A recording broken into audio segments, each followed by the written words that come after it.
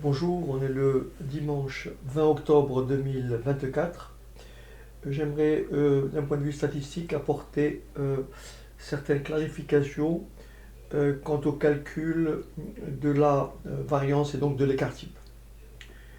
Alors bien sûr, il faut distinguer le fait qu'on soit en présence d'une population ou si on est en présence d'un échantillon extrait de cette population. Dans le premier cas, lorsqu'on est en présence, lorsqu'on a un relevé statistique, et ce relevé statistique est le relevé statistique d'une population, alors là on va appliquer les formules classiques pour calculer la variance et pour calculer donc l'écart type qui est la racine carrée de la variance. Bien sûr, tout ça, je vais l'illustrer par un exemple numérique pour vous montrer un peu le distinguo. On peut aussi être amené à avoir une population, mais les éléments qui l'en composent sont tellement importants qu'il est très difficile de calculer donc sa variance et donc son écart type. Et pour ça, on va donc prélever un échantillon. On va donc pouvoir calculer ce qu'on appelle une variance échantillonnale. Et pour pouvoir estimer la variance et donc l'écart type de la population, on va introduire ce qu'on appelle une correction, la correction de Bessel. Alors en termes de formule, en termes de calcul, je vais vous montrer au tableau au travers d'un exemple numérique. Pour ce qui est de la justification mathématique, si j'ai un petit peu de temps un peu plus tard, j'essaierai de vous en donner un exposé qui n'est pas forcément très facile à mettre en avant. Mais voilà ce qu'on va dire. On va d'abord dire j'ai le relevé d'une population. Autrement dit, une population, ça peut être j'ai une classe qui compte 10 élèves et donc j'ai relevé les notes suivantes. Donc par exemple, admettons que donc j'ai ici ma note, donc là j'ai XI. Là j'ai le nombre d'élèves qui ont obtenu cette note. Donc j'ai comme note 5, 8, 10 et 13. Et donc ici, deux élèves ont obtenu la note 10, un élève a obtenu la note 8, trois élèves ont obtenu la note 10, et enfin quatre élèves ont obtenu la note 4. Et donc là, j'ai les totaux. Donc la somme, l'effectif total de cette population, c'est 3 et 3, 6 et 4, 10. Donc ça, c'est l'effectif total. Donc là, on va me demander de calculer, par exemple, la variance, puis l'écart type. Alors pour calculer la variance, j'ai deux formules. Je préfère vous donner la formule qui intègre la notion d'écart, la moyenne des écarts à la moyenne au carré, qui fait une moyenne de ça pour trouver la variance. Puisque par définition, la variance, qu'est-ce qu'elle fait? Vous avez des valeurs qui sont distribuées comme ceci. Donc ici, vous avez du 0, vous avez des valeurs qui sont distribuées en plus et en moins, et vous avez des écarts. Et vous avez des écarts tantôt négatifs, tantôt positifs. Pour supprimer la notion du signe moins, au lieu de faire la somme des écarts algébriques qui va donner toujours 0, je pourrais vous le montrer tout à l'heure, on va faire la moyenne des écarts à la moyenne au carré, et donc cette moyenne-là me donnera directement la variance de ma population. Donc là, il s'agit bien d'une population.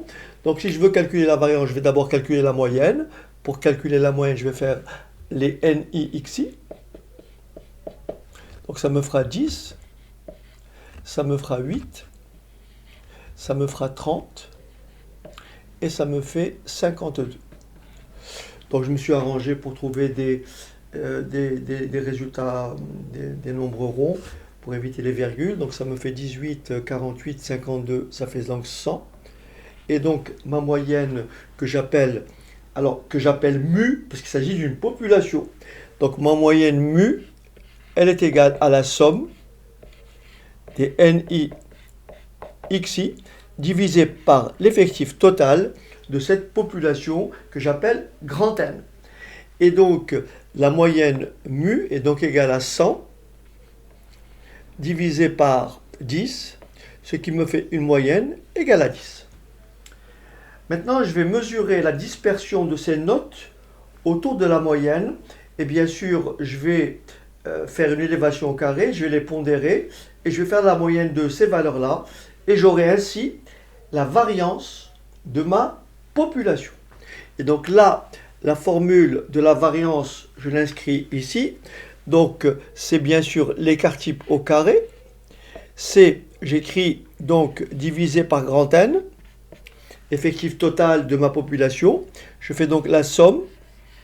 Je fais xi moins mu, la moyenne, le tout au carré, bien sûr pondéré par l'effectif. Et voilà ma variance. Je vais donc ici, pour trouver ma variance, je vais d'abord calculer xi moins mu. Donc je vais faire xi moins mu. Mu étant la moyenne égale à 10. Donc je fais 5 moins 10, ça me fait moins 5. Ensuite, je fais 8 moins 10, ça me fait moins 2. Ensuite, je fais 10 moins 10, ça fait 0. Et enfin, 13 moins 10, ça fait 3.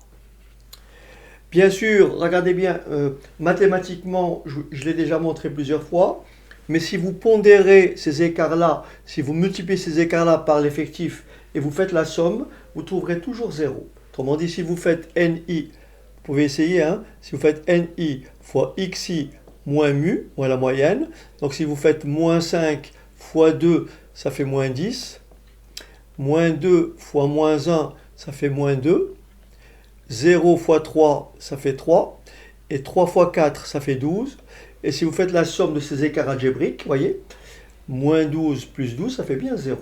Hein, c'est la raison pour laquelle, pour justement mesurer des distances, on va donc effectuer ce qu'on appelle une élévation au carré, et je vais faire directement le calcul en appliquant la formule qui se trouve là, et je vais donc faire directement, je vais faire NI, d'accord, NI, XI, moins mu directement au carré.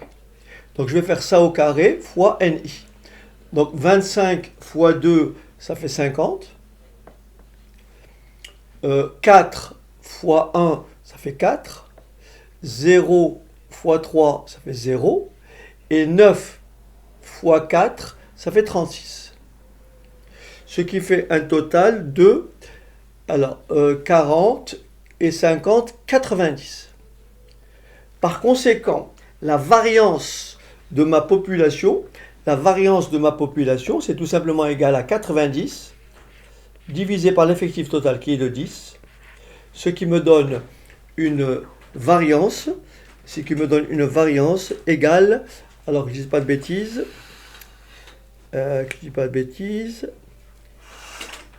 une variance égale à 10. À 9. Donc ça, c'est la variance de ma population. Et bien sûr, son écart type de cette population, c'est tout simplement 3. Ok, donc là, il n'y a pas de problème d'échantillonnage puisque j'ai affaire à une population dont je peux calculer la moyenne mu et je peux ainsi calculer ce qu'on appelle la variance. Maintenant, on va se poser le cas où j'ai une population. Je vais supposer que ça, c'est une population assez importante.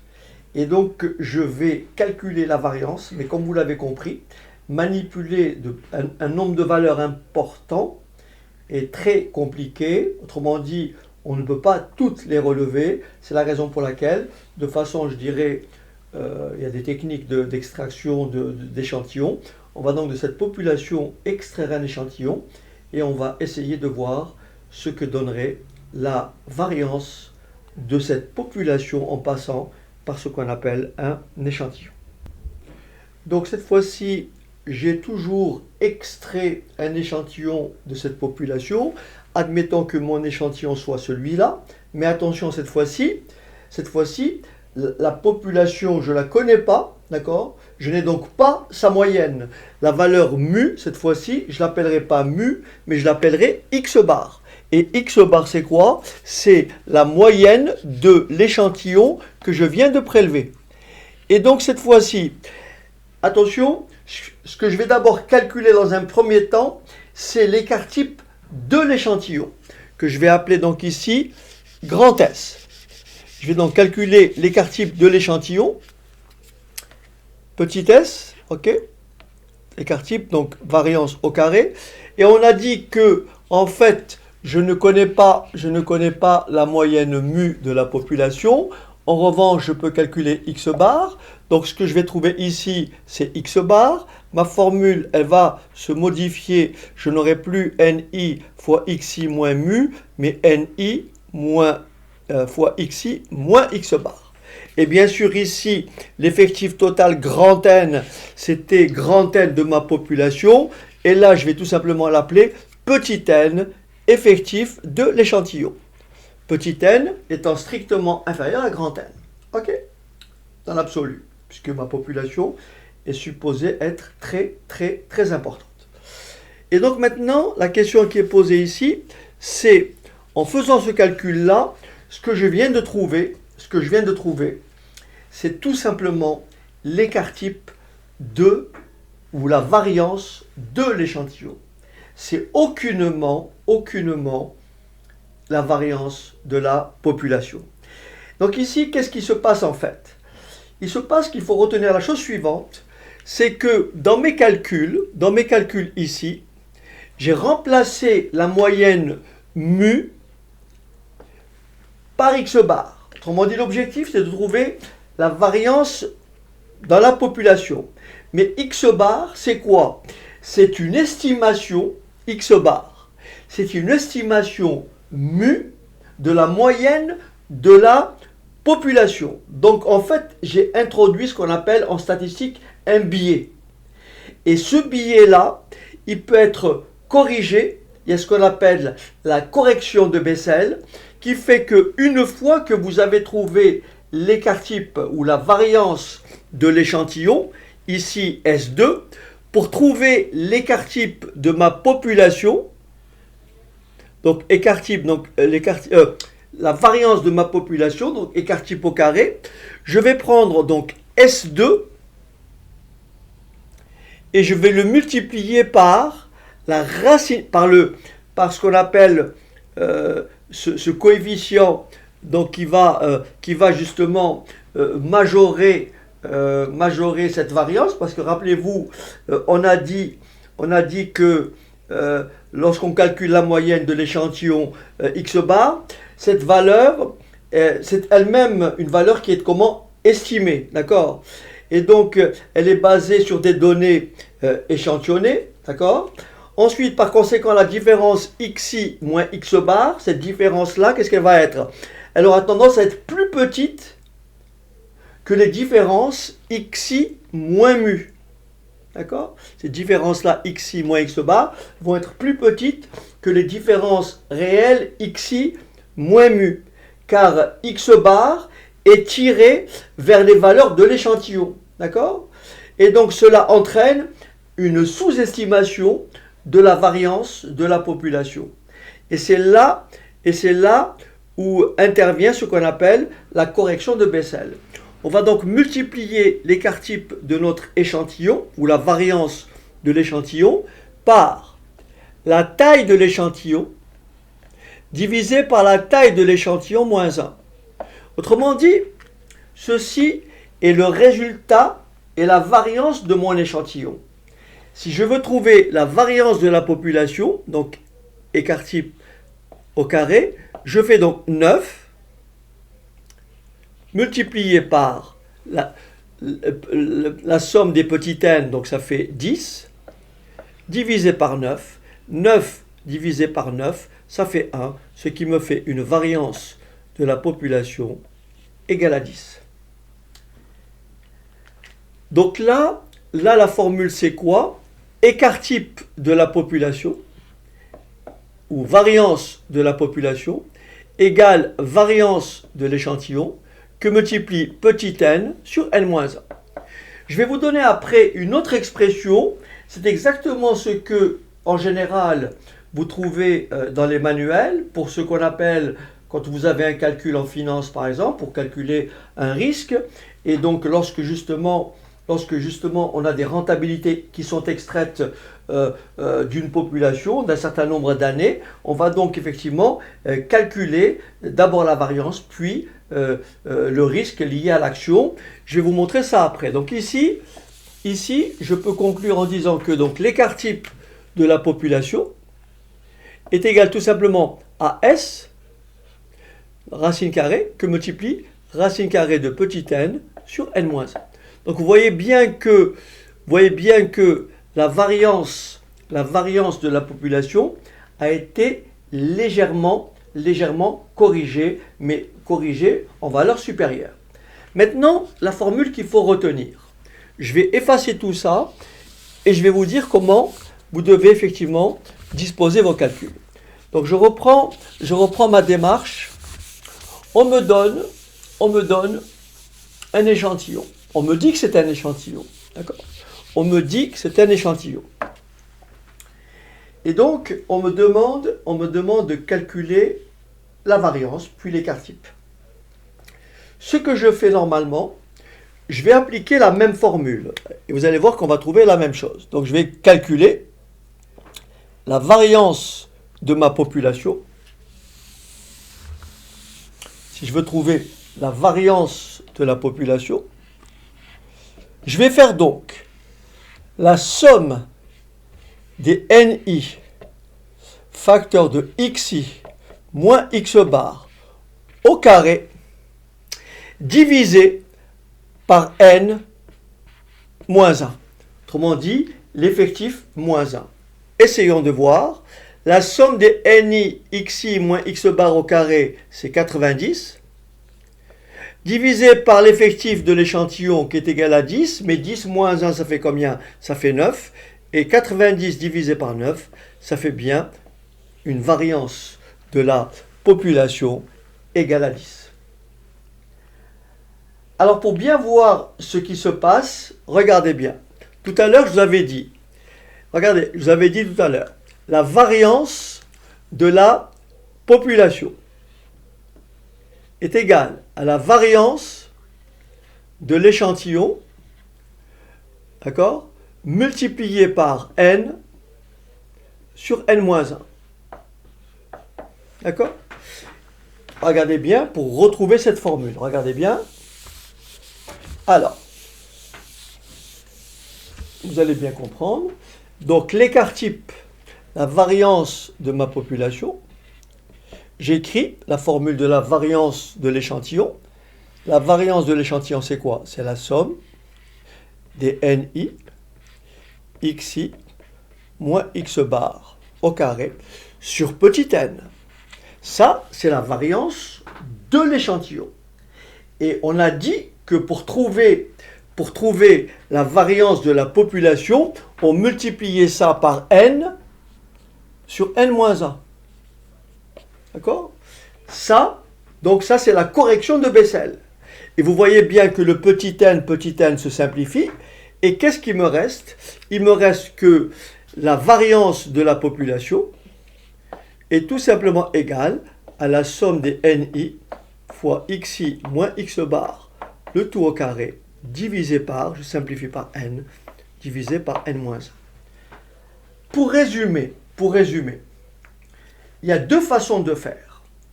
Ou alors, vous appliquez les formules statistiques telles que vous les connaissez. Autrement dit, vous appliquez la formule de la variance qui est ici. Et pour trouver, lorsqu'on vous dit qu'on a affaire à un échantillon, pour estimer la variance de la population, vous multipliez le résultat obtenu par n sur n-1, comme je l'ai fait tout à l'heure. Rappelez-vous, j'ai multiplié par n, 10 divisé par 9, et j'ai simplifié par 9, et ça m'a donné le final. D'accord?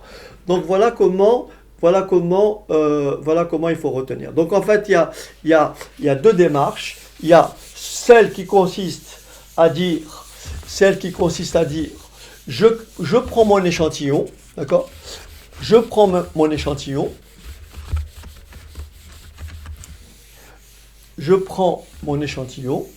je calcule je calcule la variance, je calcule la variance de l'échantillon,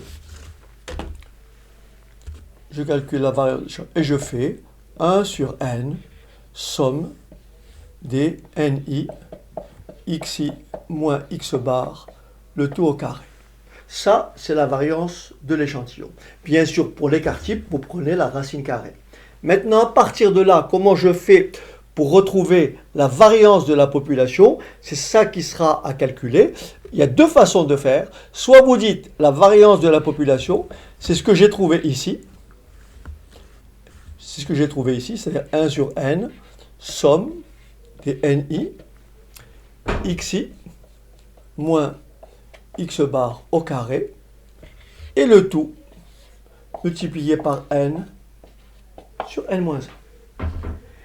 Alors, soit vous faites ce calcul-là et vous multipliez après, ou alors si vous ne voulez pas faire toute cette opération, vous simplifiez cette opération-là et vous dites, je fais mon tableau en calculant au numérateur la somme des ni, xi moins x bar, le tout au carré, divisé par tout simplement n moins 1. Donc au lieu de diviser par n, vous divisez par n moins 1. Alors j'aimerais juste finir, admettons que vous vouliez utiliser la formule de Koenig. Faites attention à ne pas faire l'erreur suivante. Alors je vais quand même prendre il faut que je trouve un chiffon. Alors, je vais quand même... alors, je trouve pas de chiffon. Où est-il? Je vais utiliser ça. Alors, regardez bien. Regardez bien. Faites attention lorsque vous utilisez la formule de Koenig, c'est-à-dire, je vous la rappelle, puisqu'on peut calculer la variance, de deux façons. Alors, je calcule toujours la variance, mais rappelez-vous, in fine, c'est l'écart type, vous n'avez plus qu'à prendre la racine carrée de la variance. Donc, si je calcule ma variance, la voici, donc la variance, la formule c'est celle-là. La variance, c'est 1 sur n, la formule de Koenig, somme des ni xi carré moins x bar au carré. Ça, c'est la formule de la variance. La formule de la variance qui est relativement facile à manipuler lorsqu'on fait des tableaux. Pourquoi? Parce que ça, c'est rapide. Vous avez xi, vous avez ni, vous faites une colonne pour ni xi, et vous faites une colonne en remultipliant ça par ça pour avoir ni xi au carré. Ouais. Ça par ça, ça vous donne forcément ça. Et donc ça vous fait tout simplement deux colonnes, alors que dans l'autre cas, il faut faire xi, il faut calculer x bar, il faut faire xi moins x bar, ensuite xi moins x bar au carré, ensuite ni fois xi moins x bar au carré. C'est un peu plus long. Donc ça, ce calcul-là est plus rapide, sauf que l'autre formule, elle est plus élégante dans le sens où elle nous permet de comprendre ce qu'est une variance. Puisque là, vous voyez très bien comment s'opèrent les écarts. Xi moins x bar, ensuite vous l'élevez au carré justement pour supprimer le signe moins, et vous le pondérez par l'effectif. Donc la première formule initiale, c'est celle qui explique, qui justifie ce que calcule en fait une variance. Mais pour les calculs, pour les manipulations, cette opération-là est plus simple. Donc maintenant, ça c'est l'écart type en général. Admettons que ça soit l'écart type de mon échantillon. Ça, c'est l'écart type de l'échantillon. Et je veux calculer l'écart type de la population. Si je veux calculer l'écart type de la population, je peux donc écrire que celui-là est égal à tout ce que j'ai écrit au-dessus, tout ça, 1 sur n, somme des ni xi au carré, moins x bar au carré, le tout multiplié par n sur n-1. D'accord? Multiplié par n sur n-1. D'accord? Donc ce que vous pouvez faire, si vous voulez appliquer cette formule-là, vous dites, je vais distribuer le petit n, ce qui veut dire que la variance de ma population, n divisé par n, ça fait 1. Ça me laisse à l'intérieur somme des ni xi au carré. Mais faites attention, j'ai multiplié par n, donc je fais moins n fois x bar au carré, et le tout multiplié, le tout, si vous préférez, multiplié par 1 sur n-1, ou bien le tout divisé par n-1. Voilà comment, effectivement, vous pouvez adapter la formule de Koenig au calcul de la variance. Mais si, effectivement, cette situation vous embête, vous faites les choses de façon classique. Soit vous calculez votre variance directement en divisant la somme des ni, xi moins x bar le tout au carré par n-1, ou alors vous dites, je calcule ma variance en appliquant la formule de base, et je multiplie le résultat, je corrige le résultat, j'effectue une correction de Bessel en multipliant par n sur n-1. Alors encore une fois, lorsque vous avez votre calculatrice, vous pouvez vérifier, lorsque vous allez rentrer votre série statistique, la calculatrice, elle va vous proposer deux valeurs. Écoutez-moi bien. La calculatrice, elle va vous proposer deux valeurs. Elle va vous proposer ce signe-là, et elle va vous proposer ce signe-là. En fait, la calculatrice, ici, elle va vous donner l'écart type de l'échantillon. Et juste en dessous, elle vous donnera l'écart type de la population associée à cet échantillon. D'accord? Ici. Autrement dit, si ici je trouve, je ne sais pas moi, un écart type de 4 et que mon effectif est égal à 15, eh bien, l'écart type ici serait égal à 4 que multiplie racine carrée de 15 divisé par 14. Et vous pouvez vérifier. Si vous prenez votre calculatrice, vous allez trouver ici un écart type. D'accord? Et vous allez voir que vous pouvez retrouver cet écart type en faisant quoi? Vous regardez dans votre série statistique l'effectif, ça va vous donner un effectif, par exemple, n égale 15, d'accord?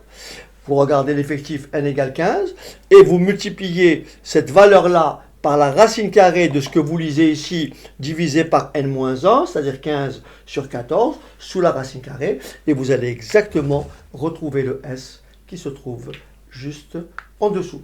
Voilà, donc c'est une correction qu'il fallait faire. Encore une fois, on vous donne une population, il n'y a pas de problème. On vous donne un échantillon, vous extrapolez, vous divisez par n-1 et non pas par n. Voilà, je vous dis à bientôt. Au revoir.